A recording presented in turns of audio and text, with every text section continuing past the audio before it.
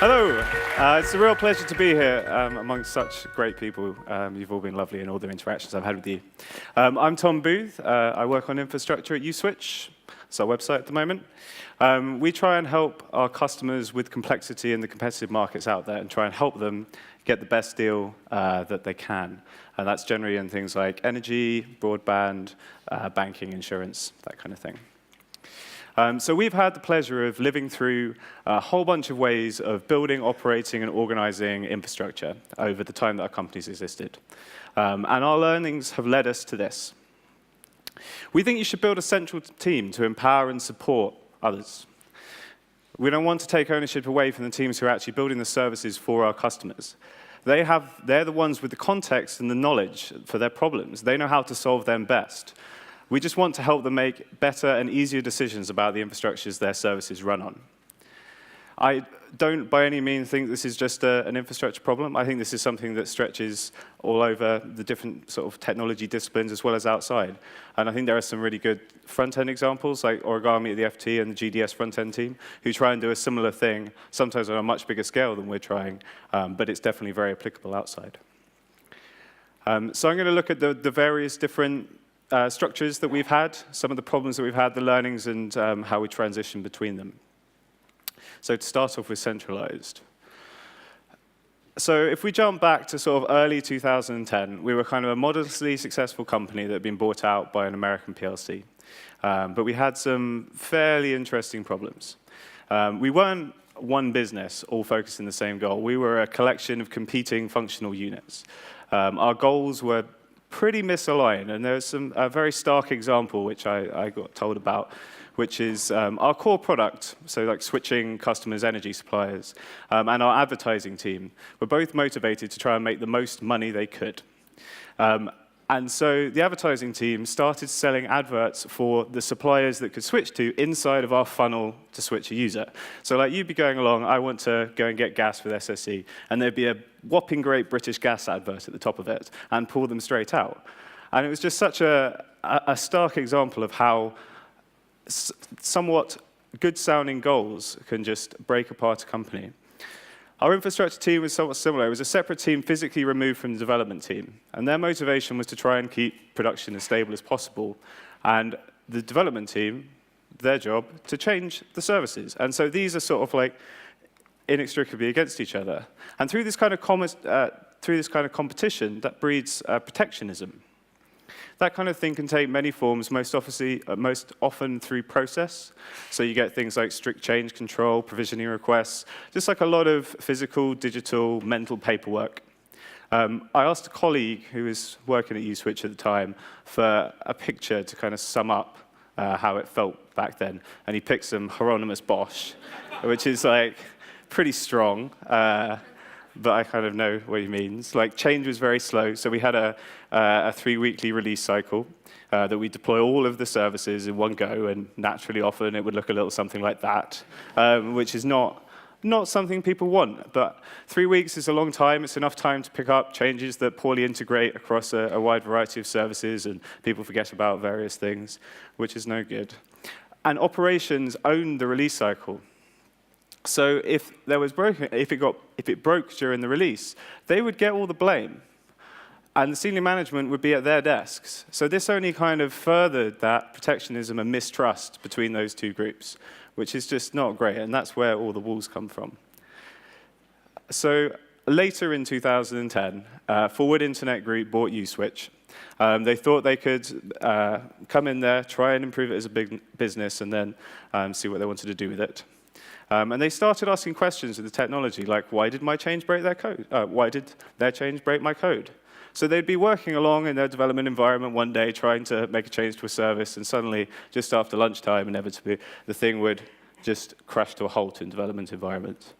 And it just, through successive cycles of consolidating services and breaking them apart again, they just built such a big ball of mud that understanding this thing was just a nightmare. And the centrally provided tools to inspect it, partly because of the protectionism, were built by ops and kept inside of the ops team. So no developers had the ability to kind of introspect what was going on.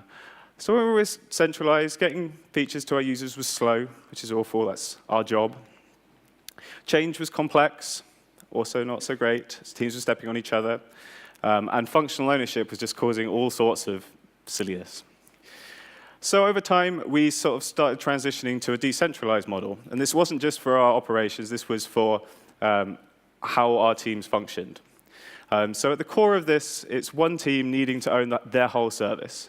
And that includes things like commercial, marketing, development, design, and operations. And it was born out of a want for agility and a realization that the things that we were trying to let people compare were distinct enough that they should be treated separately. They have their own regulatory bodies, the markets are different, the kind of business models that back them are different. It started with our energy team, because that was the first area that started being rewritten. And it meant that they could look a lot more like this, like a self-contained organism that was able to respond quickly to the surrounding environment. You have to embrace change. You've got to structure yourself for it. It's something that we inextricably can't avoid. Like the laws of thermodynamics say that change will happen. So why fight it? And so we started deploying continuously, which is better for users. And what's better for users is better for business, reduces risks, helps us iterate features, improve our funnels, and so forth. And in order to do this, the team had to own its own architecture and infrastructure. It could no longer be blocked by whatever else was going on in someone else's team. And it bloomed. We grew and we grew, and all of these changes went great. But as we got bigger, communication across teams started to get harder. Every team had their own direction, with very little shared. It could be hard sometimes, for uSwitch to focus on targets that cut across the teams. We started solving the same problems in similar ways with different implementations. An example of this is a team that had an issue with their database that took them about a week to diagnose and fix. But because of lack of communication between the teams, another team, incidentally using the same database, had the same problem and spent the same week trying to fix theirs. And it's just silly. Like, that's just a week of what could have been great features delivered, just gone. And the solutions that were built were often built to local maxima for the team rather than global maxima for us as a company, because there was not that want to take the things that were built inside and push them that bit beyond. And as well, with the scale, deeper knowledge of infrastructure was required. And sometimes this focus on infrastructure meant that they lost a bit of focus on delivering direct value to the user. So in comparison to some of the things we had when we were centralized, we're getting features out to our users is much quicker, continuously integrating and deploying. We've managed to move our architecture into teams, and they've had the power to fix that. Functional ownership's gone, and that's removed all of the silly issues that came with that. But we have new ones. The same problems are being solved repeatedly. No one has a complete picture because we've sort of segregated up all the architecture in these individual teams. Someone actually having an overarching view of how it all fits together is now somewhat lacking. And we sometimes weren't focusing as much on the user as we should have been. And that's very important. That's what we should all be about. So we decided to try re-centralizing. So we set up a team whose job was to help the infrastructure people with infrastructure inside of the teams delivering services for our customers. The most important thing was to try and retain ownership inside of these service teams. We didn't want to try and take the infrastructure and operations away from them. We just want to make it easier for them to try and solve the common problems that they have as a team delivering to users. So a big part of that is going and trying to identify those common patterns. We don't want to go and start new ones from scratch again. We want to look at what we have, what's working at the moment, get our teams together and work out what is the best way out of this, or what can we take from everything we've learned, and agree that there's a new path we can take to solve this problem.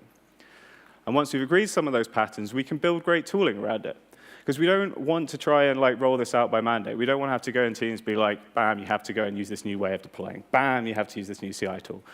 It should be a compelling thing. The tools that we build should be so great, and the patterns we build, that people prefer to use them than what they were using before.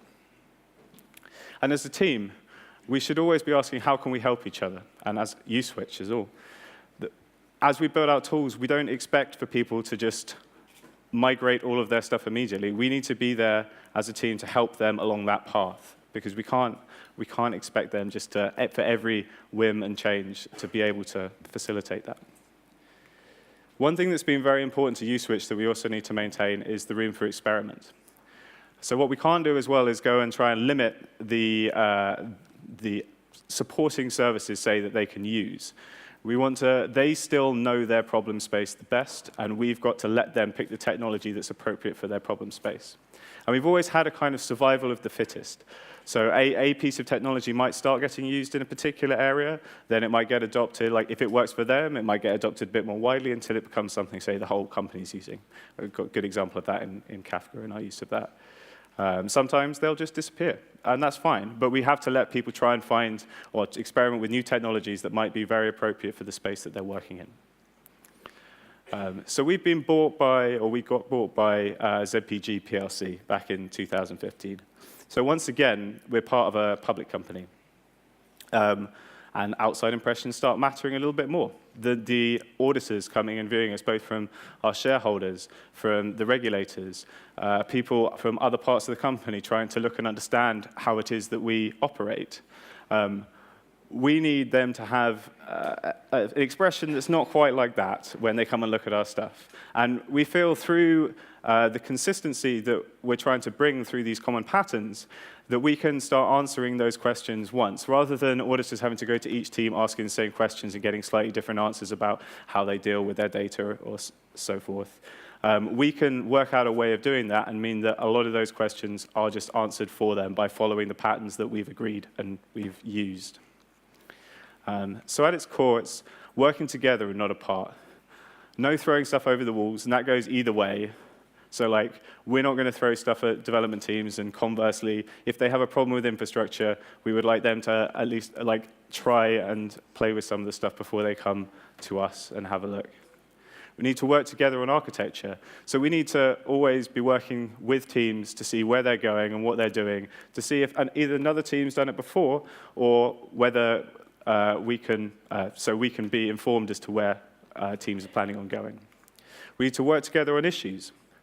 It's very important that we don't just throw stuff over, and when someone has a problem with it, we leave it. So every issue someone has, even if it's not related to things we have, we need to be there and supporting. Like, building that supportive relationship is incredibly key with this kind of team setup. And finally, working together on the bugs in production at 3 a.m. In a similar vein, it's just, if you're not there at the times when need is most, then how can you be trusted to be there at all?